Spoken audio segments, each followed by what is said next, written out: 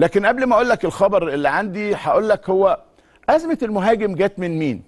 هل جت من الاداره ولا جت من الجانب الفني؟ شغل دماغك معايا هتعرف الازمه جت من مين.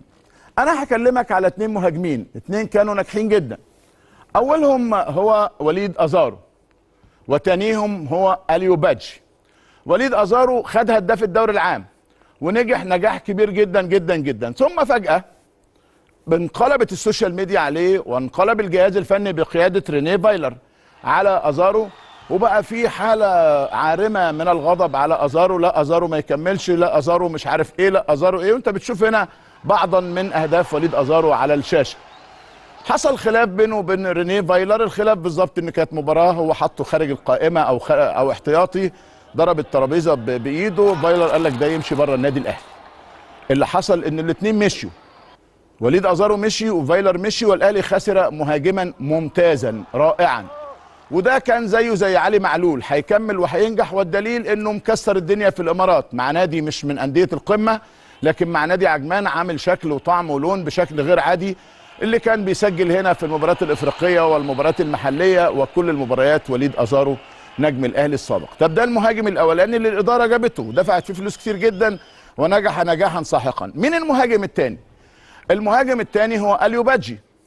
اليو بادجي الاهلي لما جابه من النمسا الحقيقه لما لعب في الاول كانت لسه الدنيا مش ماشيه معاه، وبعد كده عالي جدا جدا جدا ونجح بشكل غير عادي، والناس كلها حتى في مباراه الاهلي والزمالك الاهلي خسرها 3-1 هو لعب وجاب في العارضه وكان اكثر خطوره وبدا يسجل اهداف بالقدم وبالراس، وسجل في بطوله افريقيا وصنع ضربه جزاء امام صن داونز في المباراه اللي الاهلي فاز فيها 2-0 وكان متالق بشكل غير عادي.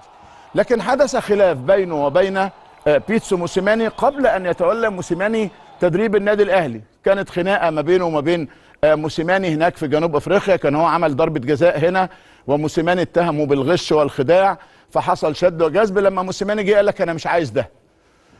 وللاسف الشديد اداره الاهلي استجابت لموسيماني ورحل اليو بادجي اللي وصل حوالي 10 مليون يورو دلوقتي ثمنه. الاهلي كسب من الصفقات القليله اللي الاهلي كسب من وراها كان اليو بادجي.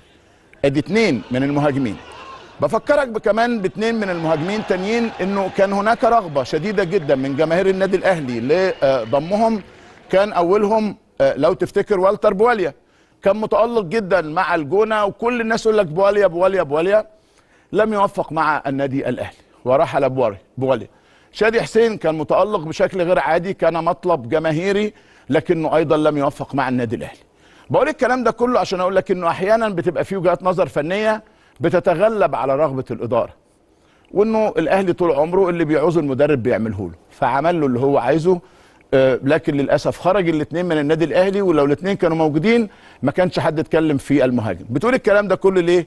عشان اقول لك انه الاهلي ما زال بيسابق الزمن في صفقه سوزا. تقول لي يا فالح ما انت قلت لي قبل كده الاهلي قفل لان الاهلي ادى العرض الاخير وقال لك هو ده العرض بتاعي.